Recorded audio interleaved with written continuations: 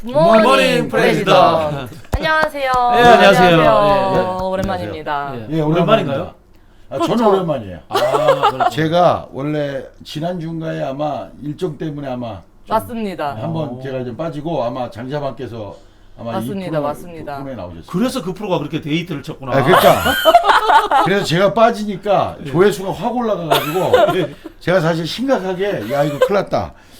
이거 빠져야 되는 거 아니냐 이렇게 생각하고 있습니다 지금. 아니에요. 그래도 우리가 의리가 있는데. 아니 의리가 중요하지 않아요. 조회수가 중요해요. 우리. 조회수가 의리입니다. 조회수가 의리. 예, 조회수가 의리고 조회수가 정이고 예, 조회수가 장땡입니다. 조회수월이. 오늘 근데 또 마침 공교롭게도 오늘 저희 촬영하는 날이 또 민주당 임시 전대 투표가 시작되는 날이에요. 아, 그렇습니까? 투표하셨나요? 저는 아직 안 했습니다. 아직 안 저는. 예, 하셨고. 좀 바빠가지고 아직 못했습니다. 해야 될 것 같아요. 근데 지금 맨입에 하기 싫어가지고 잠시 네, 아직 기다리고 시간 있습니다. 남았으니까 꼬실 분들 열심히 꼬시시면 되겠습니다. 아니 뭐 매표행위 수준의 그것은 바라지도 않고요. 월드콘 정도. 월드콘 정도. 예. 네. 아니면 빵빠레. 빵빠레? 갑자기 왜 아이스크림 먹고 싶지? 그럼 이제 뭐 조언 이제 새 지도부에 대한 조언하고 넘어가 볼까요? 좋은데 해야 되나요? 네. 그냥 해주세요. 박진영을 제대로 쓰지 않으면은 대선 쉽지 않습니다. 그럼 뭐 박진영이 접니다. 예. 전적으로 공감드리고요. 예. 우리 JYP 교수님을 중용해야 예, 지도부가 잘 된다. 이거 전체로 동의하면서 저는 좀 아쉬운 게 있더라고요. KFC도 같이 아니 저는 뭐 절대 아니고요. 세트맨으로. 아니 제일 중요한 게 이번 그 전대 과정에서 보면 일단 전대가 흥행에 너무 실패했다. 예, 그건 뭐 당 분위기가 그러니까 당연히 뭐 어느 정도 이해가 났는데 뭐가 없어요. 뭐 이렇게 내부적으로 뭐가 있어 보이기도 하는데 이 지난번 전대하고는 또 다르게 완전히 좀 가라앉은 전대여서 사실 일반 국민들이 후보가 누구지 이런 정도 생각도 잘 못하는 것 같고 왜 그 우리 저기 다들 구호가 똑같아. 대통령을 지키겠습니다. 그래서 저는 제가 저 개인적으로 페북에 쓴 게 대통령 지키는 거야 경호처가 지키는 거고. 예?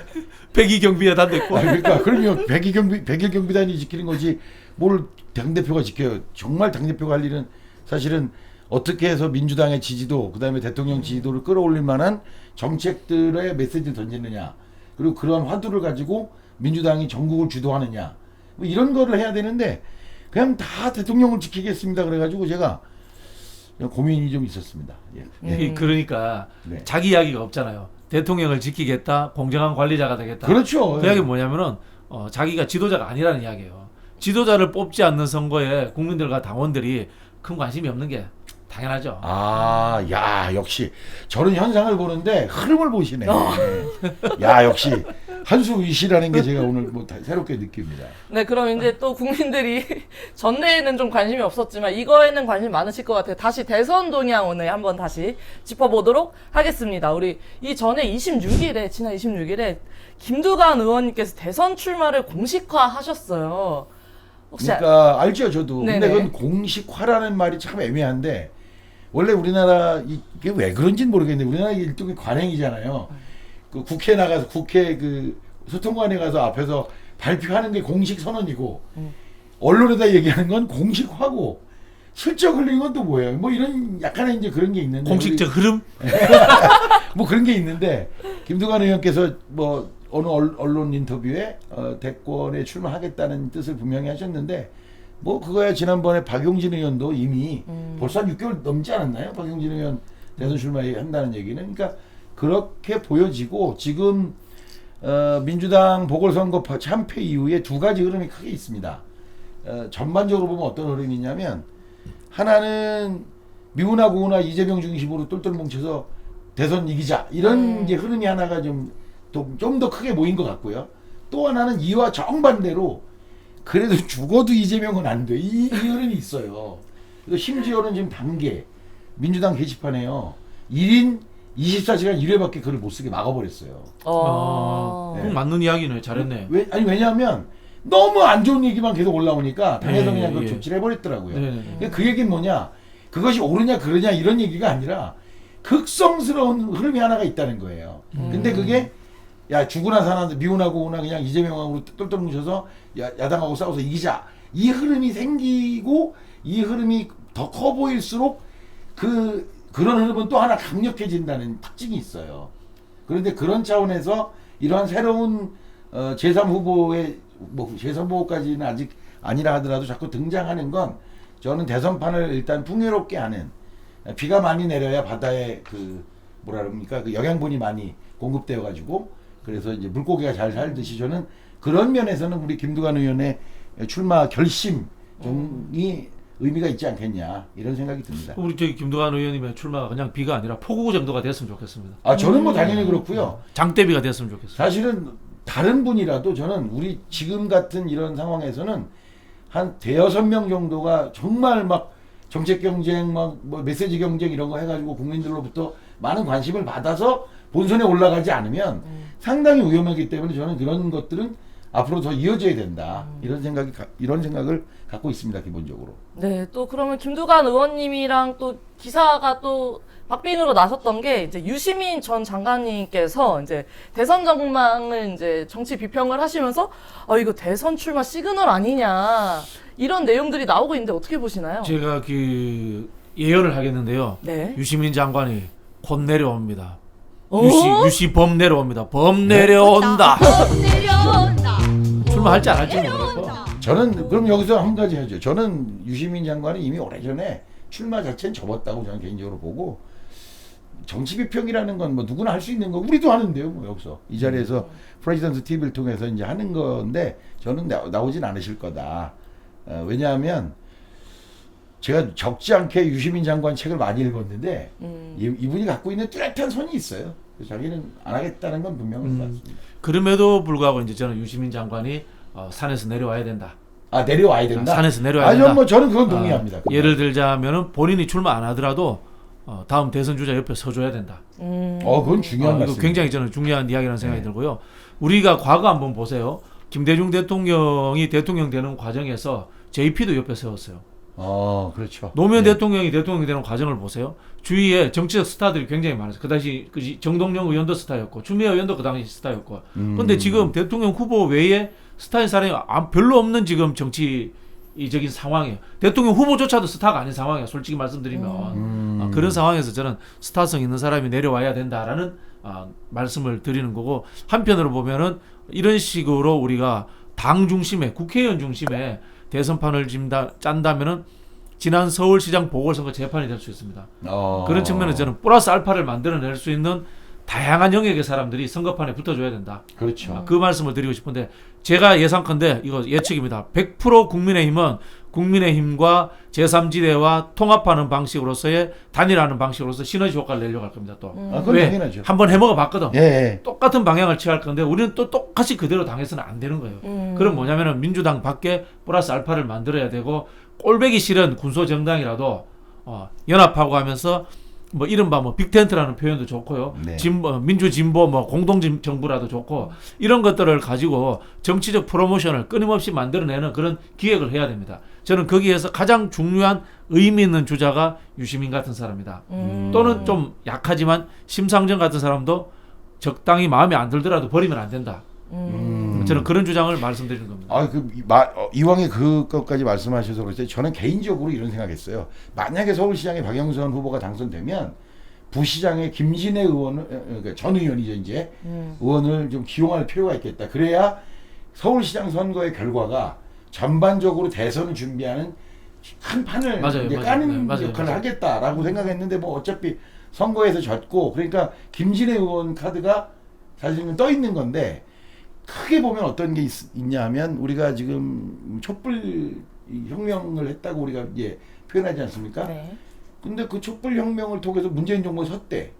근데 그 촛불 혁명의 주역들이 과연 안 들어왔죠. 정권에 들어와 있냐? 정권에 안 들어와. 안 들어와 있는 그게 문제인 거예요. 이 문제가 바로 대권하고 연결돼야 된다는 그게 문제죠. 가장 핵심적인. 저도 완벽하게 동의를 합니다. 촛불 혁명을 이루었던 수많은 세력들이 같이 다음 정부를 만드는데 참여해야 된다, 이런 생각이 들고, 예를 들어서 제가 여기서 서울시장 보궐선거의 참패 원인을 이야기하자면 저 먼 데서 참을 필요 없다고 봐요. 찾을 필요 없다. 저기는 단일화 이벤트 하는데 우리 아무것도 한 게 없어. 그렇죠? 예. 그런 부분들 뭐 저는 분명히 반성해야 된다 생각합니다. 예. 우리도 이벤트 해야 돼요. 그리고 어쩌면은 지금 좀 전에 그 말씀하신 대로 그 촛불 집회를 이뤄냈던 수많은 시민사회 세력들, 이 세력들이 사실 지난 3년간 완전 푸대접 받았다고 생각하거든요. 뭐 국회 중심으로만 모든 걸 다 했기 때문에 이분들이 들어올 정치적 공간을 만들어주고 아까 말한 대선판에 다양한 사람들이 들어와서 거기서 으쌰으쌰가 일어나고 거기서 붐업이 되면서 본선까지 가는 이런 구도가 되지 않으면 전 대선 구도 전체에 상당한 문제가 있을 거다라는 판단을 갖고 있습니다. 국회의원이 과반을 넘었다고 해서 지지율이 과반이 넘는 게 아니지 않습니까? 그렇죠. 네. 네. 그렇기 때문에 저는 지지율을 몇 프로라도 끌어올릴 수 있는 범들이 내려와줘야 된다, 산에서. 어. 범 내려온다. 유시범 꼭 내려오시기 바랍니다. 아 그러면 그렇게 따지면은 사실은 우리 지금 정세균 총리 전 총리도 어쨌든 범인 거예요. 범 될라나 모르겠네. 아이가 정세범. 아니 사기라도 안 되겠어요. 왜 그러세요? 아, 그래, 그러시죠. 뭐. 그냥 내려오는 거고 네. 김두관 의원도 그런 의미에서 좀 내려오는 거고. 김두범. 네. 예, 김두범. 예, 김두범. 근데 김두관 의원은 사실 뭐 아시는 분 다 아시겠지만 이 스토리가 굉장하시잖아요. 그러니까요. 그러니까 소위 말하는 우리나라 사람들 좋아하는 이 스토리텔링이 되는 분 아니에요. 이장부터 장관까지. 네. 뭐 이렇게 이런 거 아닙니까? 그래서 이런 스토리텔링을 얼마나 이분이 잘 활용하시고 특히나 이번에 본인이 이제 아무래도 김경수 지사가 이 재판이 어떻게 될지 모르니까 조금 부정적으로 보는 사람들 입장에서는 어떠냐면 PK 주자가 이번 대선 판에 같이 안 가면 상당히 위험한 거 아니냐 이런 얘기들도 하기 때문에 상당한 의미가 있을 수도 있다. 예. 그런 정도로 우리 김두관 의원의 출마 공식화 이렇게 평가할 수 있을 것 같습니다. 뭐 저기 정세균 총리님도 좀 의미 있게 네. 잘 하시면서 이제 하나 좀 조언 드리자면은 하던 대로 하십시오.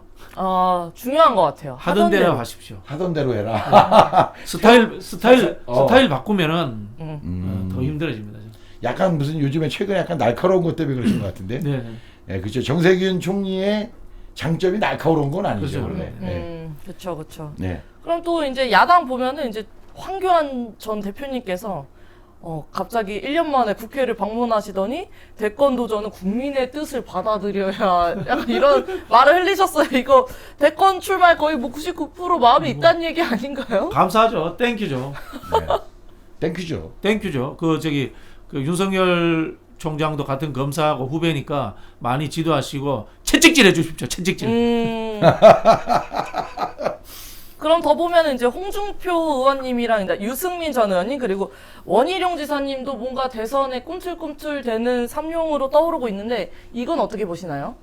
원희룡 지사는 이미 제주도 의회에서 뭐라 그랬냐면 난 내년에 지방선거 안 나온다고 얘기했어요. 그쵸. 그럼 놀겠다는 얘기인데 놀 건 아니니까 당연히 대선 출마를 하겠다는 뜻으로 볼 수밖에 없고 유승민 의원이야말로 그냥 뭐 거의 제가 볼 때는 꽤 떠오르는 햇빛이었다가 별이었다가 지금은 그냥 항상 뜨는 개밥바라기 별 같은 거 아닌가 이런. 개밥바라기는 뭐 하는 동물이에요? 개밥바라기 별이라는 게 이제 샛별. 우리가 샛별이라고 할 금성. 예. 그게 이제 우리 고유말로 개밥바라기 별. 그럼 좋은 별인데? 그러니까 개가 밥 달라고 할 때 뜨는 별이다. 그래서 초저녁에 뜬다. 그래서 개밥바라기 별입니다. 금성은 LG잖아요. 이거 LG 광고 나오려고 그러시죠. 그러니까 개밥바라기 별 같아 보이는 느낌이 있죠. 네.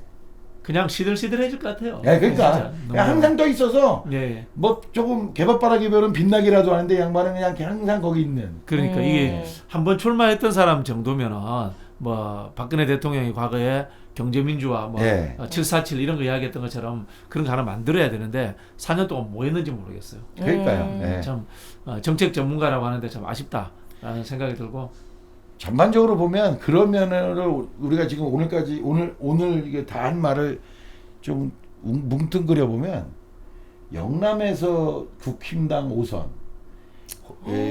민주당의 호남에서 민주당 5선, 호남에서 이렇게 지역구 갖고 계신 분들이 갖고 있는 이 긴장감이 떨어지다 보니까 확실히 그런 게 낮아져요. 그렇죠. 저는 개인적 소신으로서 제왕적 대통령제, 제왕적 집행부 뭐 단체장까지 네. 있는 국가에서 집행권자가 될 가능성이 없는 3선 이상의 국회의원 필요 없다고 생각합니다. 저는 뭐 확고한 신념입니다. 그리고 저기 동일 지역구 3회 이상 출마 금지하자. 왜? 어쨌든 바닥이 좋아서 당선되는 거지. 자기가 잘해서 당선되는 게 아니기 때문에 같은 지역구에 한 서너 번 이상 출마하는 것도 저는 반대하고 예. 그러니까 문제는 뭐냐면 이분들이 뭐 예를 들면 영남에서 호남에서 각자 자기 텃밭에서 5선 6선 해봐야 국민을 위한 정치력 리더십이라는 건 영도 없는 거예요. 그냥 거기 동네에서 그냥 동네 민원 잘 해결해서 그냥 5선 6선 하는 거지. 그 저기 지역의 시의원 단체장 업무 뺏어서 한 거잖아요. 그렇죠, 그렇죠. 그러니까 그런 거는 유승민 의원을 보면 아 이게 아무리 뭐 경제학 박사고 뭐고 간에 동네 텃밭에서 그냥 힘들이지 않고 당선되는 걸 몇 번 반복하면 국민을 위한 정책을 개발하는 게 아니라 자기 선수를 높이기 위한 아이디어를 많이 내는 수준으로 맞아요. 전락한다. 요즘 그 국회의원들 농담 중에 그게 있어요. 국회의원 당선되자마자 하는 게 뭔지 알아요? 뭐요? 다음 선거 준비. 아이고. 그러니까 이거예요. 지금 말씀하신 대로 저는 한 지역구에서 3선 이상 하면 경쟁력 떨어진다. 예. 무조건 3선하고 나면 다른 지역구로 옮겨가도록 뭐 강제로라도 이렇게. 아주 친문광인의 다선 의원들 있죠? 예. 제가 잃어버려야 되겠다. 제가 한 말이 아니고 KFC가 한 말이었다고. 네. 잘 적어가겠습니다. 저도 잘 기억하고요. 한 주 한 주 변할 때마다 이제 또 범들, 대선 후보들 이제 대선 후보들이 이제 꿈틀꿈틀 거리고 있는데 우리 다음 주에도 또 어떤 기가 막힌 이슈들로 올지 기대해 주시고 구독과 좋아요 지금 바로 부탁드릴게요. 그럼 다음 주에 또 만나요. 안녕.